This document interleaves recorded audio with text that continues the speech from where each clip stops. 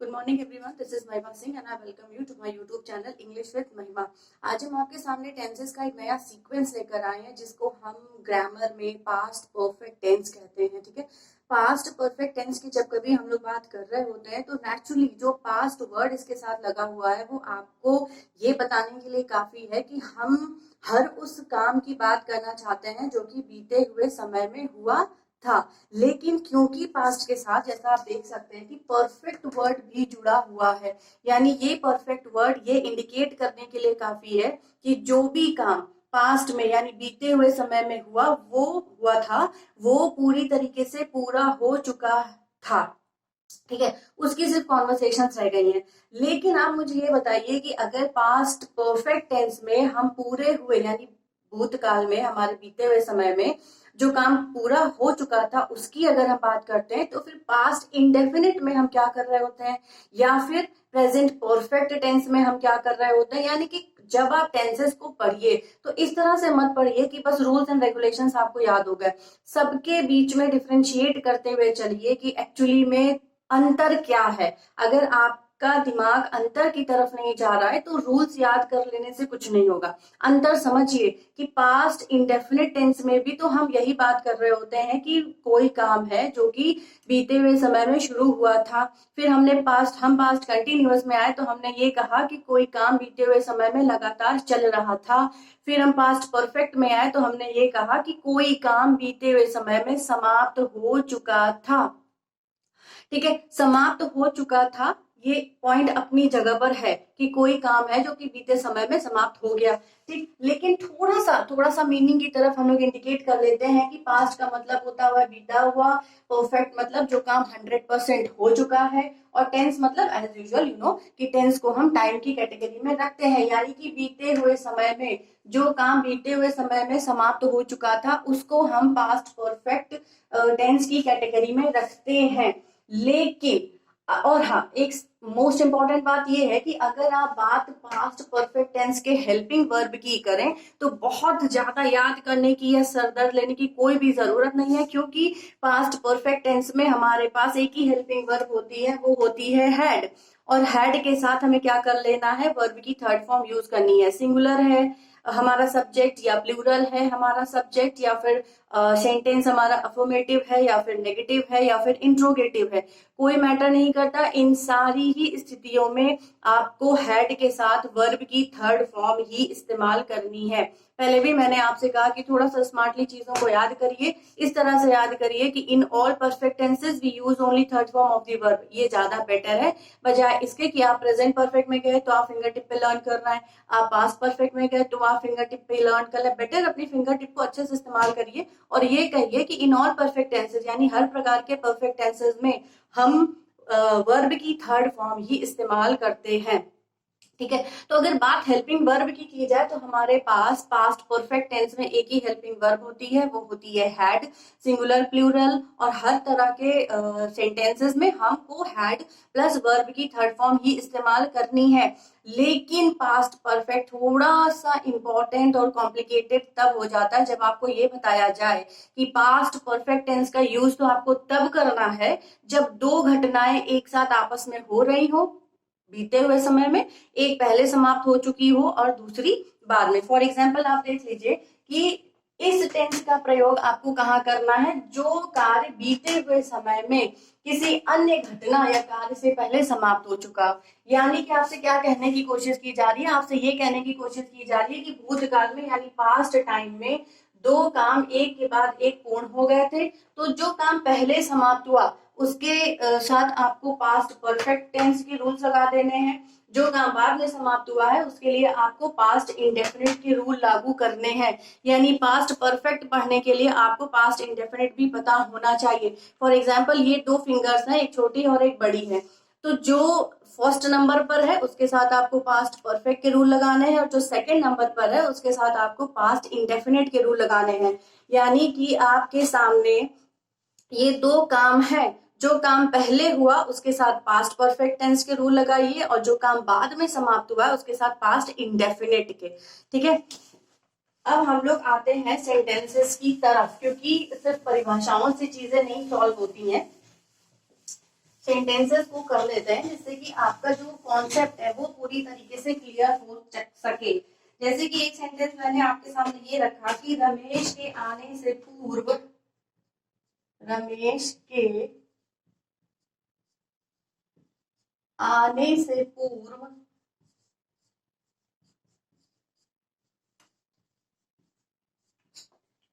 मैं पत्र लिख चुका था।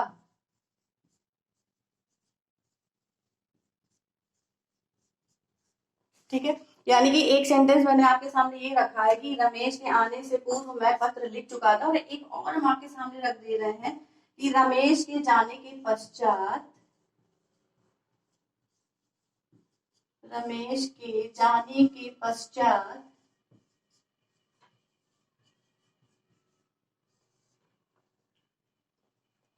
तुमने अखबार पढ़ लिया था। ये दो सेंटेंस हमने आपके सामने रख दिए। ये दो सेंटेंस रखने का मेन मोटिव बस इतना सा है कि आप ये समझ सकें कि एक काम पहले समाप्त हो रहा है और एक काम बाद में, यानी कि पहले आपके सामने वो कॉन्सेप्ट भी तो रखा जाए कि भाई दो काम कहाँ पे हो रहे हैं। तो आप ये देखिए कि रमेश के आने से पूर्व मैं पत्र लिख चुका था, यानी दो काम हुए, रमेश आया, ठीक है, और दूसरा मैंने पत्र लिखा। ठीक है, ये दो काम आपके सामने रख दिए गए।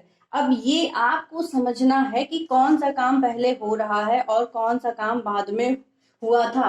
अब ये है रमेश के आने से पूर्व, यानी रमेश बाद में आया है और आपने क्या किया, आपने लेटर पहले लिख लिया, यानी पहले कौन सा काम हुआ, ये वाला, और रमेश कब आए, बाद में। तो इसका ट्रांसलेशन हम कैसे करेंगे, हम लिखेंगे कि आई हैड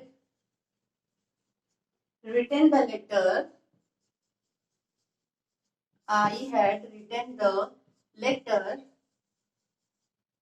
ठीक है, क्योंकि यहाँ पे पूर्व है तो हम क्या करेंगे, बिफोर, कौन आया था, रमेश केम। ठीक है, इस चीज को आप आराम से समझिए कि जब हमारे सामने कोई दो काम रखे जाते हैं कंटिन्यूअस फॉर्म में, और उन दोनों, वो दोनों ही काम पूर्व में ही यानी भूतकाल में ही समाप्त हो चुके थे, तो जो भी काम पहले समाप्त होगा उसके साथ आप पास्ट परफेक्ट के रूल लगा देंगे, और जो काम बाद में समाप्त होगा उसके साथ आप पास्ट इंडेफिनिट के रूल लागू करेंगे। अब दूसरे सेंटेंस में आते हैं, रमेश के जाने के पश्चात तुमने अखबार पढ़ लिया था, यानी कौन सा काम बाद में हुआ, क्योंकि यहाँ पश्चात लगा है, तो आप देख लीजिए कि कौन सा काम पहले हुआ और कौन सा बाद में हुआ। तुम्हारे रमेश के जाने के पश्चात तुमने अखबार पढ़ लिया था। अब हम क्या करेंगे, you read the newspaper, you read the newspaper before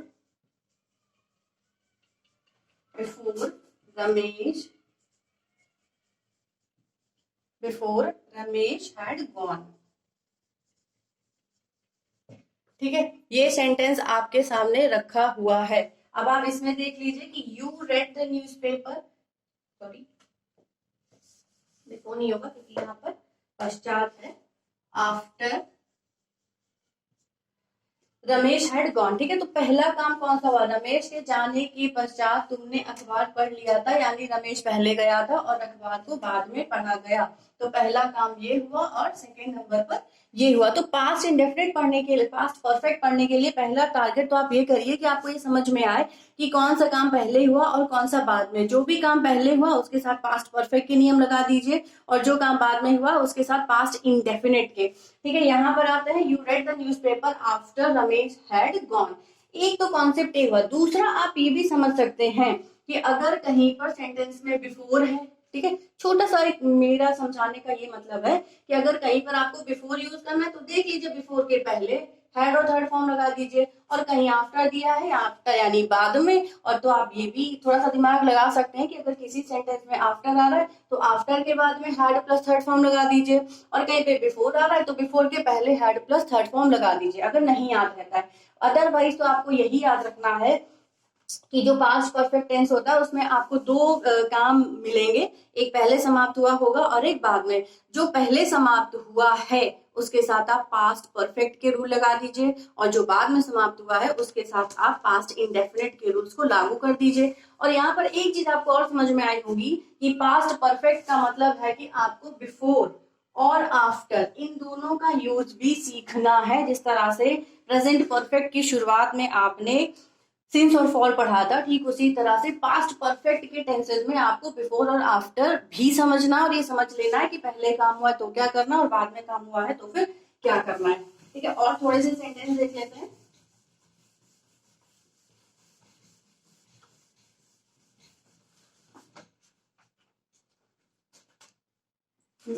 sentence है, मेरे स्टेशन पहुंचने से पूर्व, मेरे स्टेशन पहुंचने से पूर्व। ठीक है, पूर्व को बहुत ही ध्यान से आप देखेंगे, ट्रेन जा चुकी थी।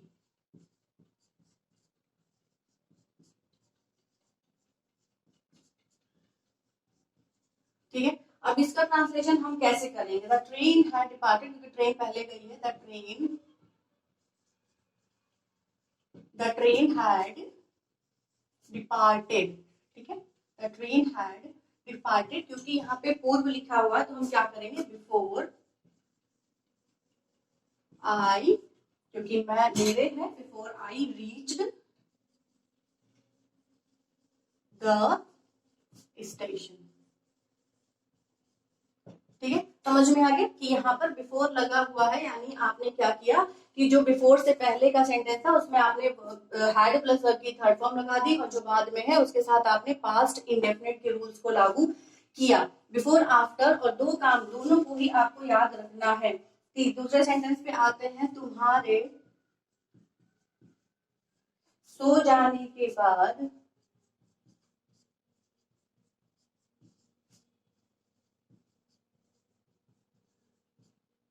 सीता यहाँ आई थी। ठीक है, अब देखिए यहाँ पे बाद है ना, हम क्या करेंगे? क्या करना है? सीता, बाद में हम क्या करते हैं? Sita came here, Sita came here after you had slept. ठीक है, ये दो सेंटेंस आपके सामने हो गए। आराम से समझ लीजिए कि बिफोर और आफ्टर, यानी कि जब दो काम हो रहे होंगे तो कोई पहले और कोई बाद में ही समाप्त होगा, इसीलिए यहाँ पर बिफोर एंड आफ्टर का जो यूज है वो भी शुरू हो जाता है। तो जो काम पहले हुआ यानी बिफोर, उसके साथ हमने हैड प्लस वर्ब की थर्ड फॉर्म लगा दी, और जो काम बाद में हुआ यानी आफ्टर, उसमें हमने क्या किया कि वर्ब जो पास्ट परफेक्ट के रूल है वो बाद में लगे और प्रेजेंट पास्ट इंडेफिनिट के पहले लग गए। एक दो सेंटेंस और देख लेते हैं, क्योंकि सेंटेंस ही एक ऐसा माध्यम है जो आपके कॉन्सेप्ट को क्लियर कर सकते हैं। ठीक है, एक सेंटेंस और हम ले लेते हैं। गाड़ी आने के बाद, गाड़ी आने के बाद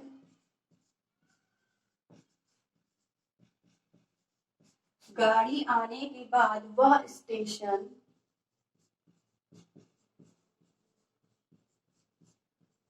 पहुंचा था। ठीक है, यहाँ पे आपने क्या देखा? यहाँ पर आया है आपका बाद, यानी आप क्या करेंगे? ही reached the station, he reached the station. अब यहाँ पे बाद है तो हम क्या कर लेंगे? आफ्टर। ठीक है, अब किसकी बात हो रही? ट्रेन की। The train had arrived. ठीक है, क्योंकि ट्रेन आ चुकी थी इसलिए यहाँ पर अराइव्ड वर्ड होगा। अगला देखते हैं, डॉक्टर के आने के, डॉक्टर के आने से पूर्व मरीज मर चुका था। अब क्या करेंगे? यहाँ पे पूर्व है, यानी पहले कौन सा काम हुआ है, आराम से आप देख लीजिए, पहले काम हुआ है पेशेंट के मरने का, यानी हम क्या करेंगे, द पेशेंट हैड डाइड। ठीक, अब पूर्व है तो हम क्या करेंगे, आफ्टर,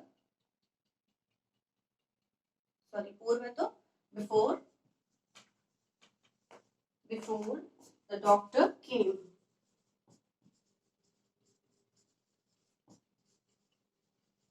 ठीक है, आराम से आप ये बात समझिए कि जब हम पास्ट परफेक्ट की बात कर रहे हैं तो पास्ट परफेक्ट टेंसेज में आपको ये ध्यान रखना है कि दो काम आपको मिलेंगे, एक काम पहले हो रहा होगा और एक काम बाद में हो रहा होगा। जो पहले होगा उसके साथ आप पास्ट परफेक्ट के रूल लागू करेंगे और जो भी काम बाद में हो रहा होगा उसके साथ आप पास्ट इंडेफिनिट के रूल्स को लागू कर देंगे। उसके अलावा एक आध सेंटेंस और देख लेते हैं, क्योंकि सेंटेंसेस रूल याद करने से कुछ नहीं होगा, आपको सेंटेंसेस भी पता होने चाहिए कि जो सेंटेंस है उनको किस तरह से ट्रांसफॉर्मेशन में लाना है। कुछ सेंटेंसेस हम आपको दिखा रहे हैं पास्ट परफेक्ट टेंस के। For example, I had reached, I had reached college before, I had reached college before the principal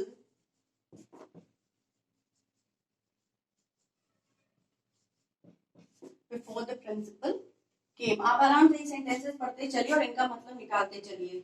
She had completed her work, she had completed her work before I reached there।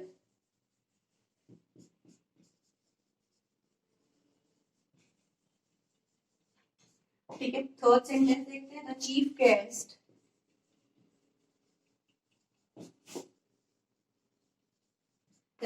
Guest had arrived,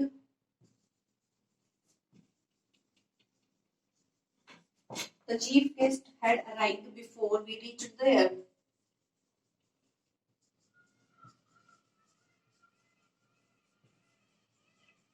ठीक है, ये sentences हमने आपके सामने रखे सिर्फ इतना सा कॉन्सेप्ट क्लियर करने के लिए कि जो पास्ट परफेक्ट टेंस होता है उसमें दो काम लगातार भूतकाल में समाप्त हुए थे। जो काम पहले समाप्त होगा उसके साथ आपको पास्ट परफेक्ट के रूल लागू कर देने, और जो काम बाद में समाप्त होगा उसके साथ आपको पास्ट इंडेफिनिट के रूल लागू करने। For example, I had reached college before the principal came, यानी दो काम हो रहे हैं, एक प्रिंसिपल आए और एक हम पहुंचे, तो हमारे से पहले प्रिंसिपल हो चुका था। सेकंड आता है, she had completed her work, यानी उसने अपना काम कंप्लीट कर लिया था बिफोर आई रीच्ड देयर, यानी यहाँ भी दो काम हो रहे हैं, एक के साथ हैड और दूसरे के साथ past indefinite. The chief guest had arrived before we reach there, यानी बिफोर आफ्टर भी आपको समझना है। जब कभी हम पास्ट परफेक्ट की बात करते हैं तो अगर दो काम हो रहा है तो जो भी काम आपके हिसाब से, मतलब सेंटेंस के अकॉर्डिंग जो पहले समाप्त हुआ उसके साथ पास्ट परफेक्ट के रूल लागू करिए, और जो भी काम बाद में समाप्त हुआ है उसके साथ आप पास्ट इंडेफिनिट के रूल्स को लागू कर दीजिए।